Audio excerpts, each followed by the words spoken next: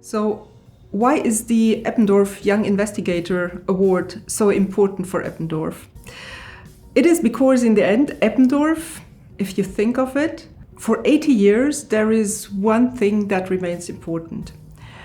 It's that we support scientists in their work to improve human living conditions. So the jury process for picking the winner is that we receive applications which give details about an applicant's career and their CV and their achievements, and then the committee each receives all of the applications, and we take some time and we look at them and we think about their science and think about which ones we think are the ones who stand out from the crowd. And then we get together, usually on Zoom, and we have a chat together and we try to make a ranking. And sometimes it's quite straightforward and clear winner emerges. Other times we have a lot of discussion, but always we have a great pool of young people, and this year is no exception to that.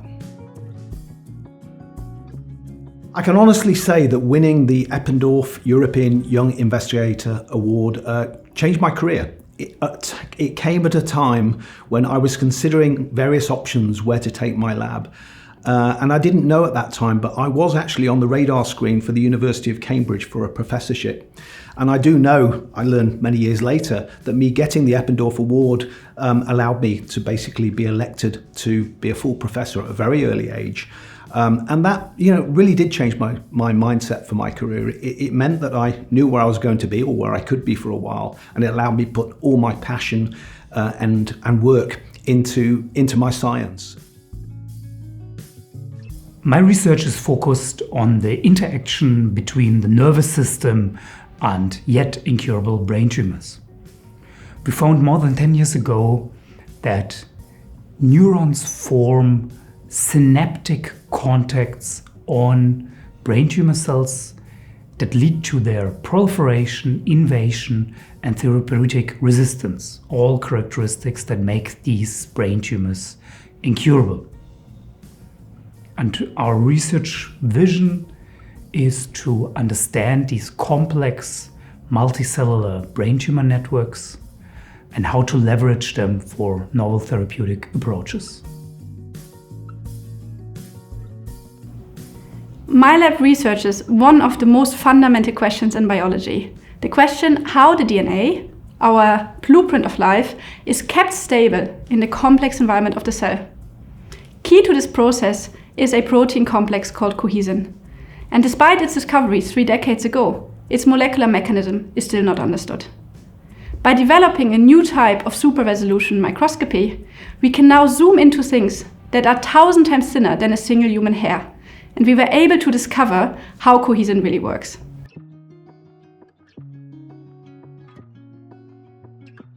So at the moment, I develop approaches to study the regulation of translation, which is the process used by our cell to make the proteins they need to function. And these processes tend to go wrong during disease such as neurodegeneration, cancer, and also during normal aging. Therefore, we anticipate that our findings will ultimately pave the way for the development of novel therapeutic approaches to keep our cells functional and healthy.